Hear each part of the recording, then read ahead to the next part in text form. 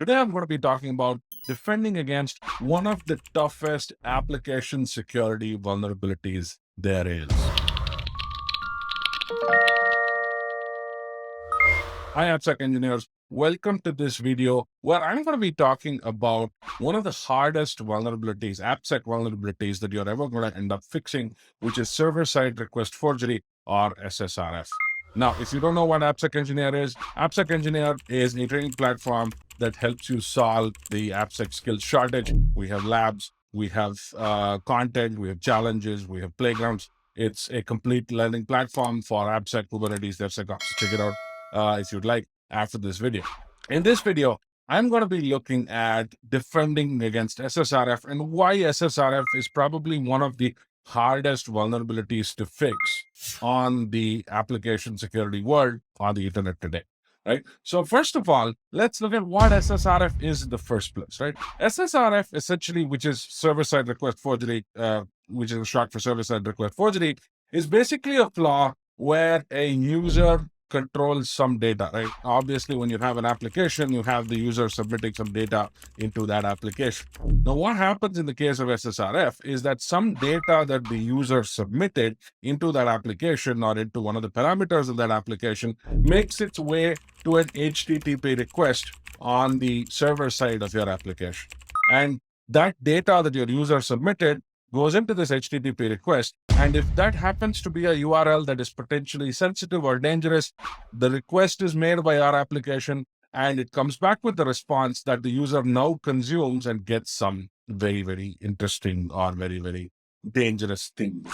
One of the classic ways of using SSRF is to be able to steal cloud metadata credentials. So a lot of times you have credentials in cloud servers hosted in a URL, internal URL like 169.254 or 169.254. And within, when the attacker is able to use a parameter and get the application to redirect to the internal URL, that's when you have SSRF, and that's when your cloud credentials are going to get compromised. So SSRF can be pretty deadly. It's been used in some of the largest hacks in the world, and it continues to be a chart-busting flaw as far as attackers are concerned. Now, why SSRF is hard to fix? And I'm going to be specifically focusing on two problems. There are other problems as well, but I'm going to be focusing on two problems. Let's look at the problem in a little bit of a variation. When you're dealing with SSRF, you're typically dealing with an app that may need to actually redirect or actually make that HTTP request legitimate, right? So let's take the example LinkedIn, right? Now, if you're using LinkedIn, chances are that you're sharing some URLs on LinkedIn. Now, LinkedIn needs to allow a user on LinkedIn to be able to click and redirect to that particular URL, right? So this is something that is legitimately necessary for LinkedIn to work as a social network, right? So this is a legitimate open redirect requirement that LinkedIn has. Now, or in some cases, you might even have a legitimate requirement for a closed redirect. So let's imagine that you are a gateway product and you want to redirect to a bunch of allow listed internal URLs or internal URLs. So if you want to make those calls, you need to legitimately allow the user data to actually influence the way those HTTP requests and responses are made, right? So let's talk about the first case, which is the LinkedIn use case. And we're going to use LinkedIn as an example for this. Now, LinkedIn can't just say tomorrow that, hey, you know what? We're not going to allow people to post URLs on LinkedIn or people to post URL related content on LinkedIn or share URLs on LinkedIn. That would pretty much crash LinkedIn's entire business model in terms of how their users share and consume data. That makes no sense. Either it's LinkedIn or Twitter or Facebook. None of these products can actually do that, especially because they need to support users sharing URLs and users clicking on URLs and redirecting to another URL. That is a normal part of business for them. So how should they protect against SSRF? So let's talk about the situation here. What if that user enters an internally addressable URL and somebody is able to get or LinkedIn doesn't recognize that it's an internally addressable URL and it redirects to an internal URL. So let's say LinkedIn is hosted on Amazon and let's say LinkedIn is hosted on Amazon EC2 And every Amazon EC2 server has this metadata service on 169.254.169.254. If the user is able to use that and LinkedIn honors that redirect, then we have a huge problem, because at that particular point in time, LinkedIn's internal credentials are probably going to be poof, gone. So the big problem with an open URL redirect as a feature application, they have to restrict access on internal hosts, which means that they need to do a phenomenal job of allow listing on internal hosts, which means that they should not allow anyone to be able to reference internal hosts, whatever it is, right? Or all of their IPv6 equivalents. Remember, it's not only IPv4 that you need to think about, you also need to think about IPv6. And remember, internal DNS also needs to be kept in mind, because a lot of times these services are addressable internally from a DNS standpoint. So if somebody potentially knows an internal DNS, then obviously that is another type of defense that they need to do. So when you're dealing with this sort of open redirection, you're not really dealing with allow listing. You're really dealing with deny listing.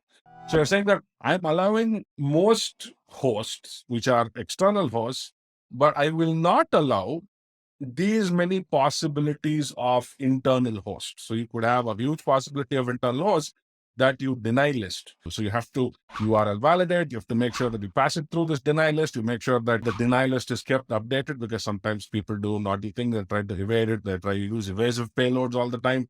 So that is something that you have to do when you want to defend against an open URL, a feature that is an open URL redirect scenario. And only then allow that particular URL to actually exist as user data on your platform. So that's something that you have to keep in mind, and that's not a trivial thing to do. You also probably need to think about DNS, because think about it. When you have, let's say somebody says, hey, mine is www.abhaybhargav.com. But let's say abhaybhargav.com redirects to 127.0.0.1. Now, by the time the DNS resolves, it's probably too late. And that's where you have DNS rebind attacks. And that can also cause SSR. As you can see, there are quite a few things to think about when you're dealing with SSRF. So not only do you need to do phenomenal job of deny listing your internal addresses from being accessed, you also need to put some kind of a DNS proxy from preventing resolution of internal IP addresses or internal hosts. So this is going to be a pretty important aspect when you are dealing with an open URL redirect as a feature. So that is something you're dealing with. The second scenario is much easier when you're dealing with a closed URL redirect. So let's say you are an application that only accepts or only needs to accept certain internal hosts that you need to redirect to. That's much easier, because now the script is essentially flipped from deny listing to allow listing. And allow listing is much, much more easier to maintain, easier to secure, because you are only dealing with a limited known good. You're not dealing with a large unlimited known bad, right? Or unknown bad.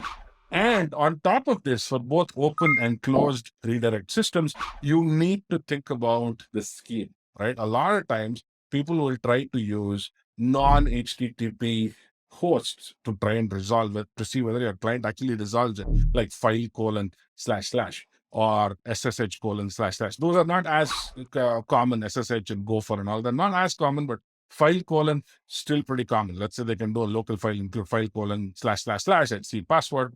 Can be a pretty powerful payload that they can still do to do SSRF against your application. In this video, we looked at two systems: the open redirect as a feature, the closed redirect as a feature.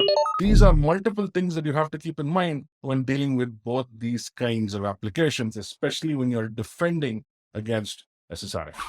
So I hope you enjoyed this video. I look forward to seeing you in more such videos. Thank you very much.